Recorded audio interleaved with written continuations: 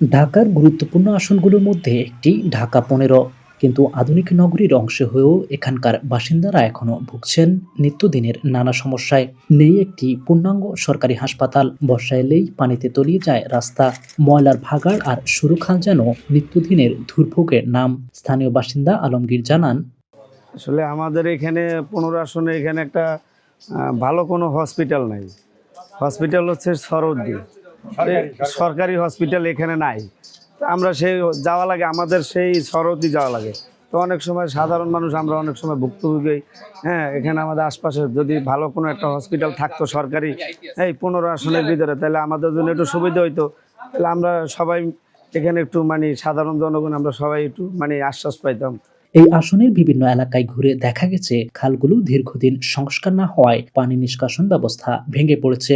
এতে সবচেয়ে বেশি ভোগান্তিতে পড়ছেন বস্তিবাসীরা।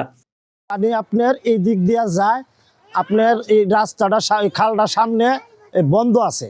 এটা এই দিক দিয়ে একটু চৌড়া সামনে অনেক ওরা লোকেরা বন্ধ করে রাখছে।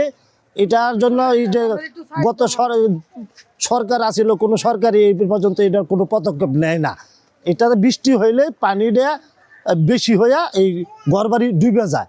আমাদের এখানে থাকা খুবই কষ্ট হয়, মেয়ে ছেলে নিয়ে বাচ্চা কাচ্চা নিয়ে থাকা খুব কষ্ট হয়। আরেক বাসিন্দা জানান, বৃষ্টি হলে রাস্তায় হাঁটাচলা ও যানবাহন চলাচলে হয় দুর্ভোগ। এছাড়াও ময়লার ভাগাড়ের দুর্গন্ধে অতিষ্ঠ এলাকাবাসী। সমস্যায় আছে, আপনি ময়লার গন্ধের লাগে মানুষ লোকজন হাঁটতে পারে না।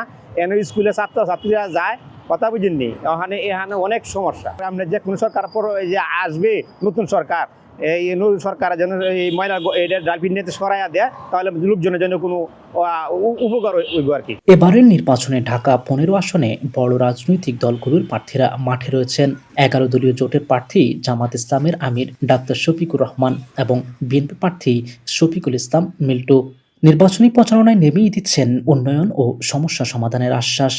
আমাদের এই আসনে যেই আসকের মন্ত্রী যারা আসছে, কোনোদিনও এই রাস্তাটা মেরামত বা কোনো কিছু করে নাই।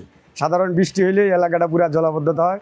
আমাদের এই আশেপাশে ২-৩টা স্কুল আছে, বাচ্চারা যাতায়াত, রিক্সা উল্টা পড়া যায়, পানি আঁটুর উপরে উঠা যায়, এইভাবেই হয় এলাকাটা। আর আমি সাজেস্ট করেছি ১৫ আসনে যেই আসক, যাতে আমাদের এই রাস্তাটা উন্নয়ন করা হয়। তবে স্থানীয়দের অভিযোগ, অতীতে এই আসনে অনেকেই এমপি নির্বাচিত হলেও মৌলিক সমস্যা সমাধানে কার্যকর কোনো উদ্যোগ গ্রহণ করা হয়নি। দীর্ঘদিনের জমে থাকা প্রত্যাশা কতটুকু পূরণ করতে পারবেন নবনির্বাচিত প্রতিনিধি, সেটি এখন দেখার বিষয়। ফারহান আহমেদ কাউসার, জাগো নিউজ, ঢাকা।